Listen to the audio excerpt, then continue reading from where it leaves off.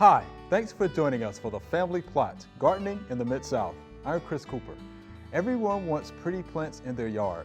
Today we're going to talk about colorful garden additions. Also, strawberries are the first berries of spring. Today we'll plant some. That's just ahead on the Family Plot, Gardening in the Mid-South.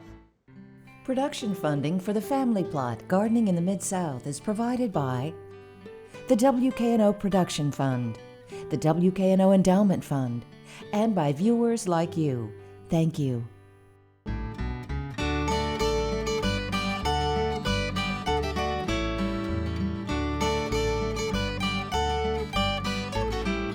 Welcome to the Family Plot. I'm Chris Cooper. Joining me today is Jill Milbury. Jill is a horticulturalist at the Memphis Botanic Garden, and Thomas Shore will be joining me later. All right, Jill. We're all excited about growing those outdoor flowers, but is it quite time yet? It's almost time, Almost? but not quite. Our frost-free date is April 15th here in Memphis and the surrounding area. So there's still a chance we could have a little bit of cold weather. Still a chance, yeah. Still a chance, but we're getting closer. We've made it through the winter. Yes. The cold weather and the ice, and Yes. it's just about time to get into those summer flowers again. Yeah. So this time of year is when I really start looking ahead to the summer flower garden and summer garden in general. Okay. And I start looking out for fun new introductions, new hybrids maybe of exciting new flowers or foliage plants that I can add to mix in with my tried and true favorites. Okay. To also try out a few new things. And I love to look through catalogs and social media this time of year to get some new ideas on maybe plant combinations, color combinations. So social media is pretty big on new ideas, huh, for plants? It is. Instagram has been a good source for me lately. If you haven't tried it out yet, if you go on, you can put anything in the search box. You could put in coleus or butterfly gardening, and then get all kinds of pictures. Something I like about it is that it's photograph based. Okay. So rather than just words, getting a lot of pictures and inspiration. Okay. So what are your tried and true favorites, though? Well, I use a lot of lantana. I'm a big fan of pollinator gardening, butterflies and hummingbirds, and lantana is generally native a bit south of here, but it does make a fantastic annual through our hot summer weather, because it does get hot here. Yes, If it does. you may have noticed. Hot and humid, and a lot of plants that do great up north maybe make it through our spring, then once it gets hot, they're done. They're done. They can't handle it. Okay. And that's something that I do appreciate about the lantana. I 'Cause love lantana. I The grow it hotter every it year. gets, the happier Yes. the lantana gets. This is one of my favorite varieties that I've been using for years. Pretty. It's called Dallas Red. Dallas Red, okay.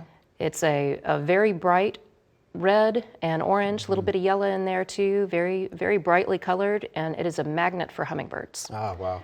Hummingbirds and butterflies Okay. like to go to it. And this is one of the larger growing lantanas, so it'll get 2 to 3 feet tall. Wow. A lot of the newer lantanas are bred to stay small and to be useful in landscapes where Okay. things need to stay kind of small and petite. But this is one of the older varieties, Wow. so it'll get nice and big and really fill up a garden bed. So will the frost kill it at the end of the It season? will. It will, This one is, I have never had come back. Wow, okay. They do have slightly different hardiness levels, so different varieties of lantana will. And this is one that here is strictly an annual. Strictly So, annual. Gotcha. yeah, Good. so it does need to be replanted Okay, each good. year. But that does bring me to the other lantana I wanted to mention. This is a newer variety. We like new. Yeah, something new and different. So this is called the Chapel Hill Yellow. Okay. And this was developed in Chapel Hill, North Carolina. Shirley, right? Okay. Right, All right. And I love the yellow on it because it's such a soft primrose yellow. Some of the existing lantanas, like the New Gold, it's a beautiful gold, but almost kind of a brassy, bold color. Okay. And to me, this is a lot softer and pairs with a lot of other color combinations, sometimes better than the New Gold does. You can see how well those colors combine. Nice. Throw a little red in with it. Okay. And I've really enjoyed using this one with different color combinations. Also, this Chapel Hill stays lower to the ground. Okay. It tends to stay low and spread out, rather than the Dallas Red wants to grow more upright. Got it. Okay. So the Dallas yellow can get up to 3 feet across, or even a bit more, while not getting more than about 18 inches off the ground. Ooh, I like the sound of that. Okay. Yeah. And this one is hardy here. Oh, So even better. Yes, Okay. I've had this in my yard for, this will be its 4th summer. Wow. In the yard. So it comes back just fine. I do leave the stems, about a foot or so of stems in the fall, and then I don't cut it back until it starts to come back up in the spring. Okay. And that gives it some protection, and it has been a reliable perennial in my yard so far. So some other fun things that I like. So this is pull out this one here. This Okay. is the shrimp plant. Yeah. So this is a tropical that's been around for a while, available for a while. This is native to Central and South America, so a bit south of us. Not going to make it through a winter, Sure. but it loves our summers, loves Okay. the heat, loves the humidity. This can be grown in a container or planted in the ground, and it's going to be kind of bushy and have these flowers that flare out. Yeah. I believe it does get its name shrimp plant from these little bits of flowers that pop out from it. Look a bit like a little curly shrimp. How about that? Okay. Also shrimp colored. And this is a great hummingbird plant too. Okay. Okay. So great to add to your hummingbird or butterfly garden. It'll pull in those yellow butterflies in the fall. I've never seen those flowers before. That's real nice. Okay. Isn't that pretty? They're pretty. kind of neat. They've got tiny little, it's hard to see from a distance, but tiny little purple markings on the throat there. Nice. A lot of fun to watch hummingbirds come take a sip sure. from them all day long. Nice. And then this is a neat one here. Okay. This is an abutilon, or also called a flowering maple. And this is another South America plant. Wow. So it will not hardy through a winter, Okay. but a beautiful, fantastic tropical for us here. Loves our heat and humidity. This one, I believe, is called Tiger Eye, is the cultivar. It wasn't named when I got it in. Okay. But I believe it's the Tiger Eye. And this one will get up to 3 or 4 feet over the summer. Again, good choice for a container or in the ground. Got those beautiful colorations on it. Yes. So beautiful. And it is a fantastic hummingbird plant. And I like how the color combines with our Dallas red lantana. Oh, wow. Yeah. So you can imagine those two paired in a Wow.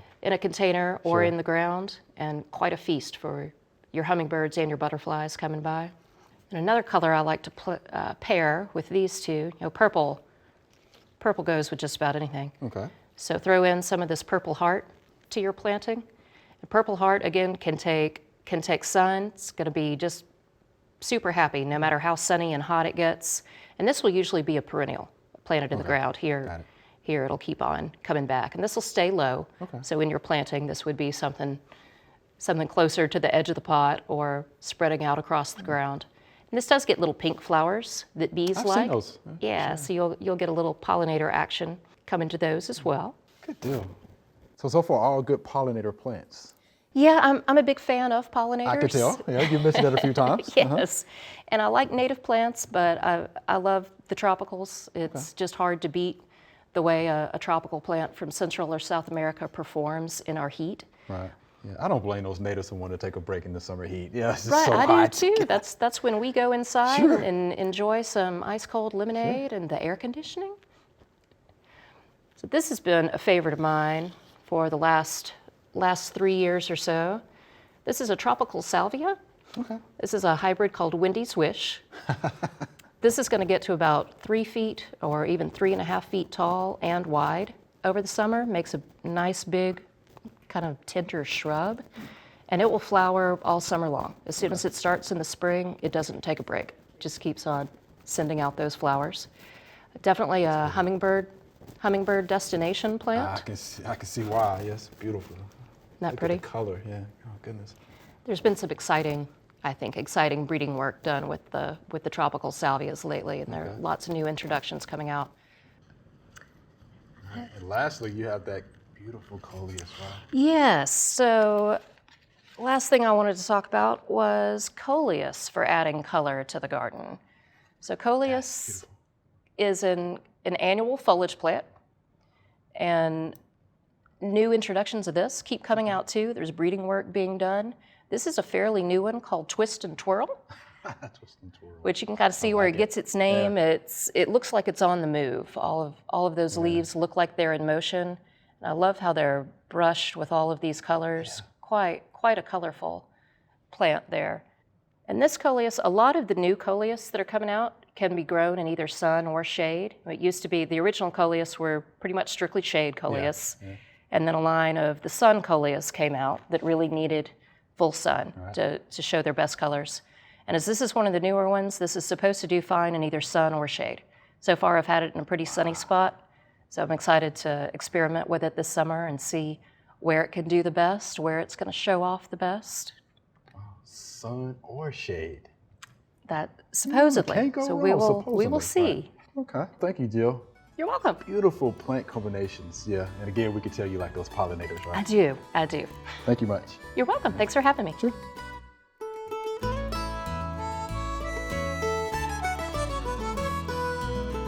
This is a classic example of why when you're putting in any kind of fruit tree or plant in general, that you get the soil right before you plant it, if you can. Now, we planted these blueberries about 4 years ago, and they ought to be in full production right now. They ought to be 6 feet tall. However, they have struggled. This one is doing pretty good. It's got some buds are swelling, and it's going to set some fruit this year. This one, I'm not sure it's alive. But our problem here, the pH was too high. This pH, when we started, was around 6.2, I think. And we needed, ideally, to get the pH for blueberries down to between 4.8 and 5.2. Now, we're going to try to remedy this, and we're going to find some elemental sulfur. We're going to do another soil test and determine what the pH is right now. And we're going to put a 2x rate of elemental sulfur out. I have personally seen where a double rate of sulfur actually increased the size of blueberries by about twice. It lowers the pH faster, and I think that would probably help us here. We're in a survival mode at this point. Hi, Mr. Tom. Hi, Chris. How's it going? It is going well. We're good. We're out in our family plot garden, Yep. and you're going to show us how to plant strawberries. Yes, and UT has a recommended way of doing it Okay. for commercial farmers or garden strawberry growers.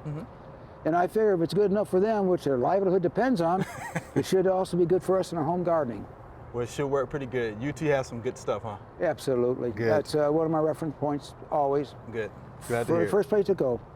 Okay, well, one of the things they recommend is a white covering over the soil. Now, normally they prefer a long dome shaped one, raising it off the ground. But in our particular conditions, I don't think that's necessary. Okay. But the white cover is, and it has three functions. Number one, it keeps the strawberries off the ground. Okay. So you don't get any rotting of strawberries or those little critters eating the bottom of them. Number two, it retains moisture. And finally, number three, that it reflects the heat. As you know, in the Mid-South, rain is very few and far between in the summertime. So that's how we're going to plant them. Okay. What this is actually just a shower kernel liner from a dollar store. Okay. Obviously, it costs $1. All right. Okay, they're 70 inches by 72 inches. So what I did is I cut it long ways in 4 strips, or basically quartering it. Okay. And the reason for that is I get more bang for the buck. Gotcha. Okay, so what we did is we laid out 2 of those strips together. They're approximately 6 feet long, and I overlapped them about a couple inches. And the purpose of overlapping them is because we don't get that rain in the summertime. I can open it up right there and water it, All right. and then cover it back up again. Smart. Smart. That way, Okay. it's so much easier to water that way. Okay. Okay, now we're going to go ahead and plant our strawberries. All Now, UT again recommends spacing them approximately 12 inches apart in 2 rows, with each row offset of each other by about 6 inches. Okay. So it gives them more room to grow. So let's get to it. All right. Okay, what I'm going to do again is just cut some slits into the plastic where I'm going to plant them. And just cut a lip. It slices up real easy.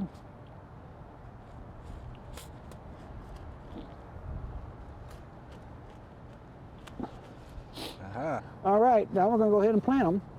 Since these are already in pots, it makes it easier. Going to get a sooner crop and don't have to worry about drying out as quick. Okay, Chris, may I? Yes. Okay, Nice plants, don't you think? Absolutely. Yes. They're very healthy looking. Now, how deep would you plant those? Actually, just you actually should tear this. Let me tear this off here Okay. at the top, because you do not want any of the peat pot sticking above the ground. What it'll do is just wick out the moisture. This is the crown right here. You don't want it any deeper than that. Okay. If worse comes to shove, you may have it a little bit higher. But typically you plant it where the crown is even with the soil, or at least the same depth that it was in the pot. Okay.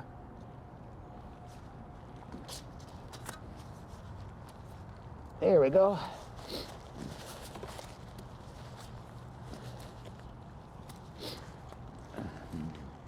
Well, the first one is planted. Now we can go on to the next one. Okay.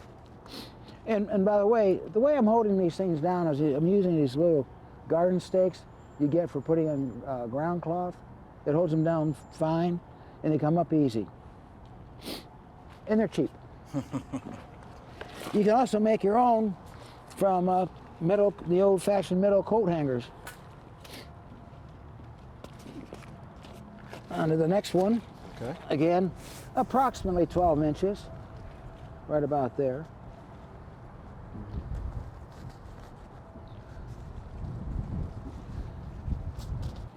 One nice thing about raised beds is it's usually good soil all the way down, so you usually don't have that clay layer as you do in a typical garden.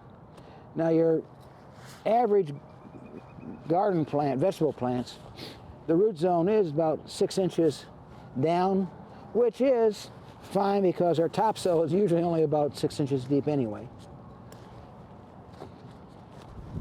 All right. All right. And before I hand that to you, let me take this weed seed that's in there out of there. Okay. Yeah, you want to introduce that? No.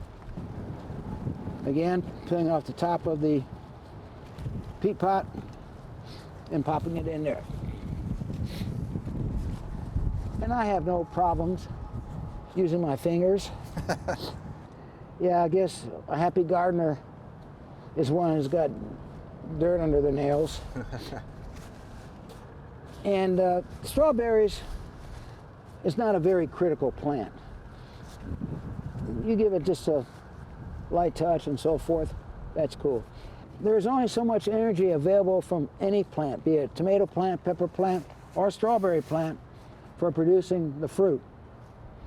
Thus, the first strawberries are going to be good size, but then as more and more strawberries appear, they're going to get progressively smaller. So if you want big strawberries, you do need to thin out the blossoms.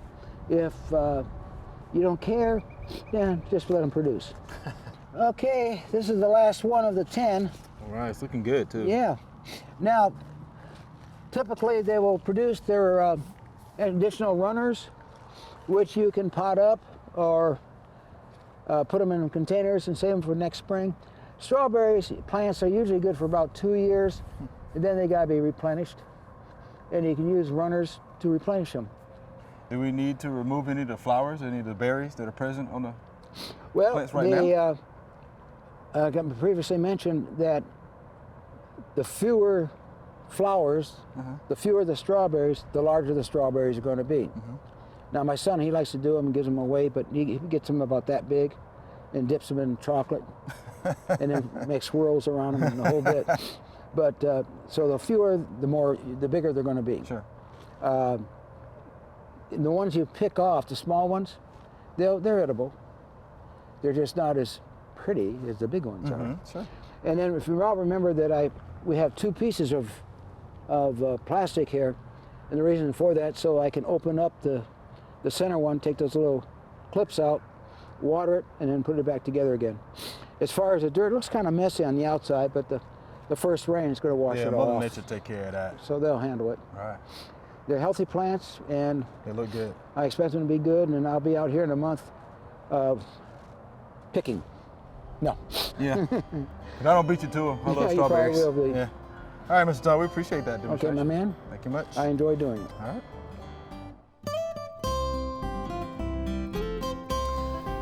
It's 2 weeks and the radishes are up and it's time to thin them. If you remember, we planted them 2 seeds per hole to try and make sure that we had 1 plant when we were all done.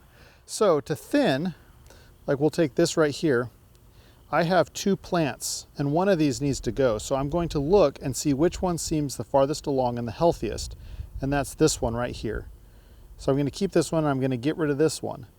But they're planted so close together that if I pull this up, I'm probably going to disturb that one. So I'm going to come along with a pair of scissors and just trim off the plant I don't want. So let's move over here to this one. I'm going to get rid of that one right there. This one only has one, that one only has one, that one only has one, so we'll leave that alone. Here, I'm going to trim this one off. There's none here. Let's see, this one's kind of tangled up. Okay, we'll get rid of that one. And we'll get rid of this one. And I'm going to continue doing this for the rest of the plants, but when we're all done, we'll be down to our final spacing and we can just let the plants grow from there. All right, Jill, here's our Q&A segment. You ready? I am. These Let's are do it. great questions. Let's All do right. it, she says. All right, so here's our first viewer email. The previous owners of our home had castor bean plants growing on the property.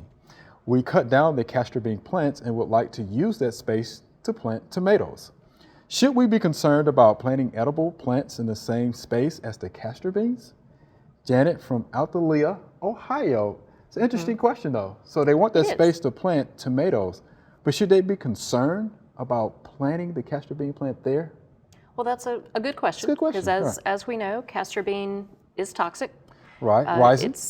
Yes. It is grown as an ornamental. I've grown it myself. It's a beautiful plant. Oh, yes, it is. Beautiful plant from Africa. Has fantastic large leaves. Beautiful in an ornamental garden. The seeds are the most toxic part. Yes. So it is my understanding that after the castor bean, the following season, you should be able to grow whatever you'd like there. Okay. That the only issue would be if some of the seeds have fallen and remain in that soil. But if that's the case, then you'll probably just have volunteer castor beans coming up, and those can be removed. Right. But there should not be any lingering toxin in the soil to be concerned about at this point. No, you're exactly right. Yeah, so the toxin again is going to be in the seeds. It's rising, is what Right. that is. So there's no toxic material located in the roots. So yeah, once you remove that plant, then it should be okay. Right. You know, you should have that space for your tomatoes. Fortunately. Yeah. Yes. Yes, fortunately, yeah, which is good, right? Right. Because yeah, obviously it's full sun. Yeah, castor bean is a beautiful plant. It is. I like It the is. robust growth habit. It's real nice. Yes, and some of the varieties have bright red leaves, so it's a fantastic foliage plant for a display, but definitely one to be aware of how toxic the seeds are. All right, so there you have it, Janet. Thank you for that question. Should be fine, all right? Plant those tomatoes. Here's our next viewer email. I have a lot of deer in my neighborhood. Whatever I plant, they eat. Are there flowering shrubs and plants deer would not eat? This is Jennifer from Brandon, Mississippi. So do you know of any shrubs, flowering shrubs and plants that deer would not eat? And here's the thing about that though. I think deer will pretty much eat anything if they're hungry Yes. enough. So with that being said, Yes. Yeah, I was going to mention that there Yeah. are no truly Yeah. deer-proof plants because if they're hungry, like you said, if they're gonna eat it. hungry enough, they will eat it. But there are plants that are not their favorite. Okay. So if they have plenty of other options, there are plants that they are more likely to leave alone. Deer have a great sense of smell, so any plant that has a strong scent to it is something that they're probably going to want to avoid. For instance, herbs like right. rosemary, lavender, thyme, anything like that, the deer are probably going to pass on by. Annuals like a marigold. Marigold is also strongly scented Okay. and not going to be a favorite choice. Lantana tends to have a strong scent to it. And the leaves tend to be tough and a little bit fuzzy. The leaves tend to have hairs, so it's not such a soft, yummy leaf as some other plants out there. Some perennials, flowering perennials you can plant. I like to think about what grows here naturally that the deer tend to leave alone, like purple coneflowers. Yeah. Okay. Rudbeckia, black-eyed Susan, Coreopsis, the little tick seed. Those are things that naturally grow here in the southeast, along with the deer out in the woods, and the deer tend to leave them there. Okay. Columbine just came to my mind. Yes. Yeah, about that. Okay. Yeah. Yeah. Butterfly weed, the right. orange milkweed. Okay.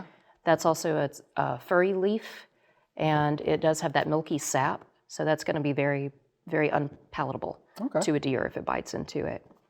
As far as a shrub, butterfly bush Yeah. also has a furry leaf to it. Okay. Rose of Sharon, Rose of Sharon. that- I have that. Okay. that old heirloom. Probably Abelia. Yeah, that's a flowering shrub. It is. Okay. It is. I'm not sure how well they. Have you seen them survive? I've seen them survive. okay. Deer here in this area. Okay. I have. Yeah, Okay. I sure have. My parents have had some struggles with deer, and their Laura pedalum have survived very well. The deer seem to avoid Okay. those. Good deal. All right, so that's a few that we threw out there for you, Jennifer.